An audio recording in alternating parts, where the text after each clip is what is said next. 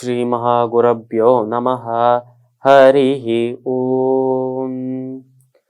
सदाशिवसमारम्भां शङ्कराचार्यमध्यमाम् अस्मदाचार्यपर्यन्तां वन्दे குருபரம்பராம். ஜெம் டிவி நண்பர்களுக்கு எனது வணக்கங்கள். இன்றைய நாள் அனைவருக்கும் இனிய நாளாக அமைய எல்லாம் வல்ல இறைவனை வேண்டி இன்றைய மதமும் நம் மதமே நிகழ்ச்சிக்கு செல்வோம். இன்னைக்கு நம்ம ராமர் மேல இருக்கிற ஸ்லோகத்தை விரிவான அர்த்தத்தோட பார்க்கலாம்.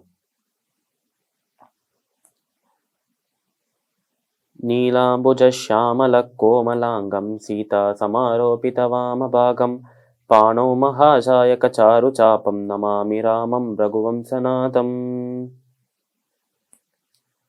இந்த ஸ்லோகத்திற்குண்டான விளக்கம். நீலாம்புஜ ஷாமல கோமலாங்கம். நீலாம்புஜ, புஜம் அப்படின்னு சொன்னாலே கரங்கள், கைகள் அப்படின்னு அர்த்தம். இந்த மாதிரி நீலாம்புஜ பெரியராகவும் இருக்கும், அதே நேரத்துல ரொம்ப ஸ்ட்ராங்காகவும் இருக்குமா, ரொம்ப பலம் வாய்ந்ததாகவும் இருக்குமா நம்மளோட விஷ்ணுவுடைய கைகள், ராமருடைய கைகள்.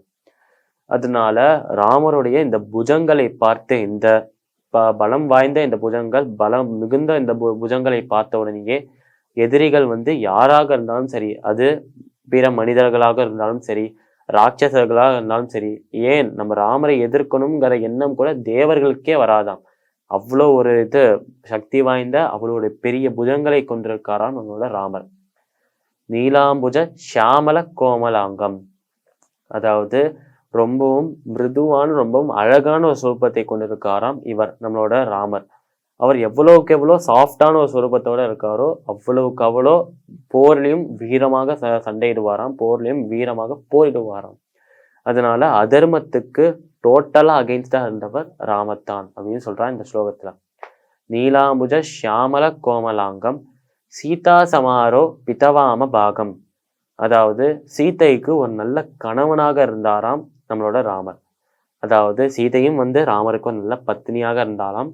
அதே நேரத்துல ராமரும் சீதைக்கு ஒரு நல்ல பத்தியாக, நல்ல கணவனாகவும் இருந்தாராம். சீதா சமாரோ பிதவாம பாகம், தன்னுடைய தந்தைக்கு அந்த 4 புதல்வர்கள் அந்த தந்தைக்கு இருந்தாலும் அந்த 4 பேர்லயுமே யார் ரொம்ப பிடிக்கும் அப்படின்னா ராமர் அப்படின்னு தான் சொல்வாராம் தசரதன். அதனால தன்னோட பிதாவாக, தன்னோட தந்தையாக இருக்கும் தசரதனுக்கு மிகவும் பிடித்த, மிகவும் ஃபேவரட்டான ஒரு மகனாக இருக்காராம் நம்மளோட ராமர்.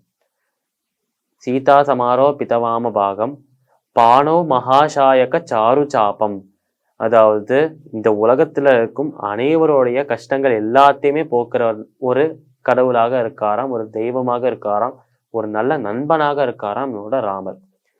பாணோ மகாசாயக சாரு சாபம், அந்த கஷ்டங்கள் எவ்வளவு பெருசாக இருந்தாலும், எவ்வளவு பெரிதாக இருந்தாலும் அந்த அனைத்தையும் அனைத்து கஷ்டங்கள், கவலைகள், தடைகள் எல்லாத்தையுமே அழிக்கும் ஒரு நல்ல கடவுளின் சுரூபமாக இருக்காராம் நம்மளோட ராமர்.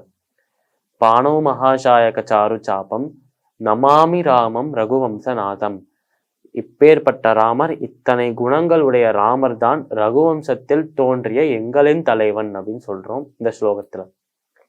அதாவது ரகுவம்சத்துல தோன்றின ராமருக்கு போன ஸ்லோகத்திலையும் இந்த ஸ்லோகத்திலையும் நிறைய குணங்களை சொல்லியிருக்கா. பார்க்க மிக அழகான சுரூபத்தோட இருக்காராம்.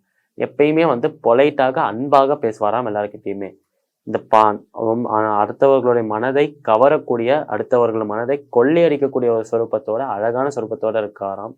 அதே நேரத்துல போர்லயும் வீரமான ஒரு சுரூபத்தோடவும் இருக்காராம் நம்மளோட ராமர். அதனால அவர்கிட்ட வீரத்துக்கும் சரி, அழகிற்கும் சரி, அறிவிற்கும் சரி, அதே நேரத்துல தலைவனாக இருக்கக்கூடிய எல்லா குணங்கள் இருக்கும்ல. ஒரு தலைவன் அப்படின்னா இத்தனை குணங்கள் இருக்கணும் அப்படின்னு சொல்றோம்ல, அந்த அனைத்து குணங்களும் பொருந்திய ஒரு நல்ல எல்லாருக்குமே ஒரு நல்ல எக்ஸாம்பிளாக இருக்காராம் நம்மளோட ராமர். இந்த ஸ்லோகத்திற்குண்டான விளக்கம் இதுதான். மீண்டும் நாளை சந்திப்போம். நன்றி, வணக்கம்.